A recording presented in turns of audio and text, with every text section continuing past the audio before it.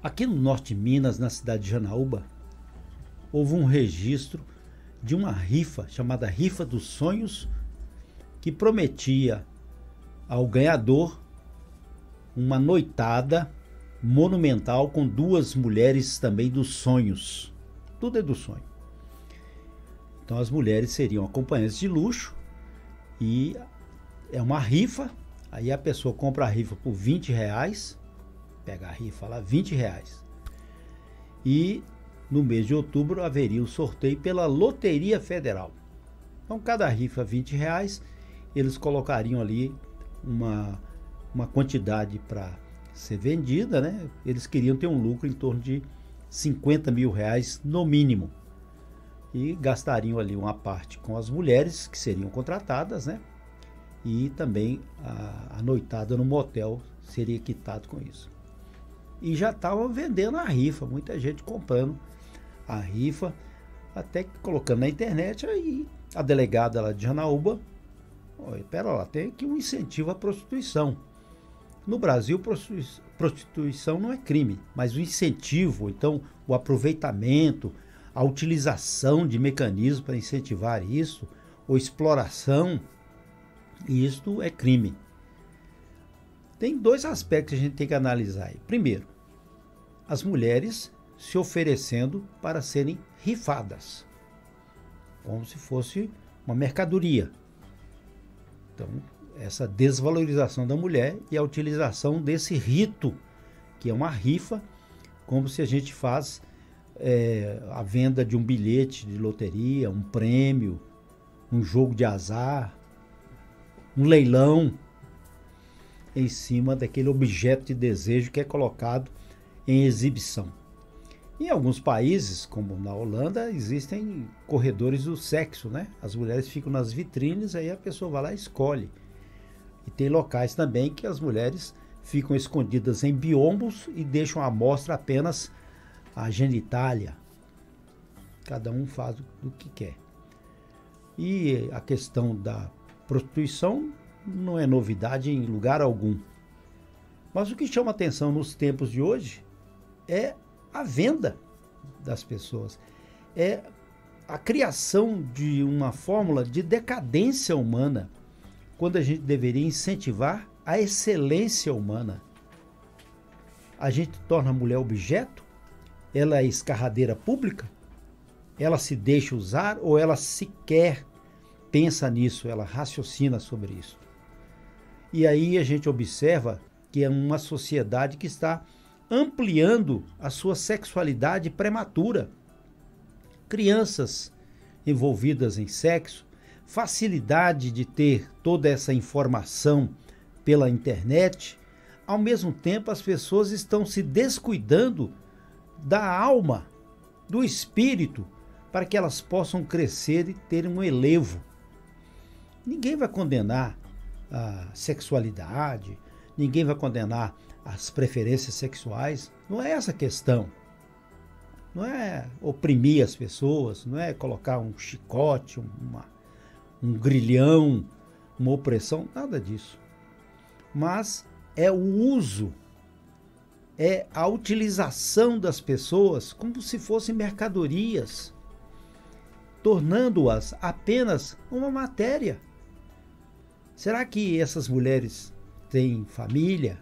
Claro que têm. E os homens ou os pretendentes a comprar o direito dessa noitada dos sonhos, com essas acompanhantes dos sonhos, eles raciocinam de que maneira? De maneira a serem apenas um processo animal? Um processo físico? No passado, existiu a literatura realista. E aqui no Brasil foi lançado um livro naquela época chamado A Carne. E neste livro, a visão altamente carnal. Como também você pode perceber em O Cortiço, mas que tem já uma visão um pouquinho socioeconômica, uma divisão de heranças. Mas a carne é altamente colocada como se fosse uma matéria fisiológica, fosse natural daquela maneira. Inclusive um padre contestou o livro que deveria ser chamado não a carne, e sim a carniça. Tal a situação na época em que houve a difusão desse livro.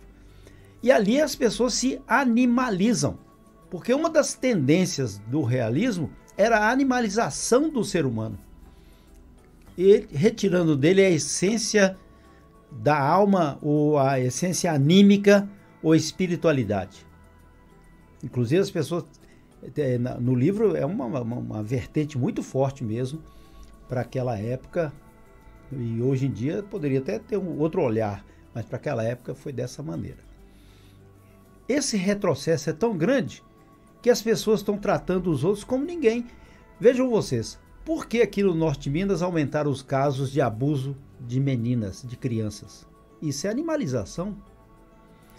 Por que as pessoas estão virando mercadoria? Há um incentivo a essa visão da carne. As pessoas estão virando mercadoria.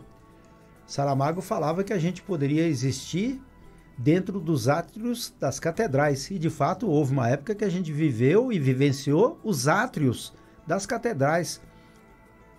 Porque ali existia uma espiritualidade, mesmo com alguns contornos carnais.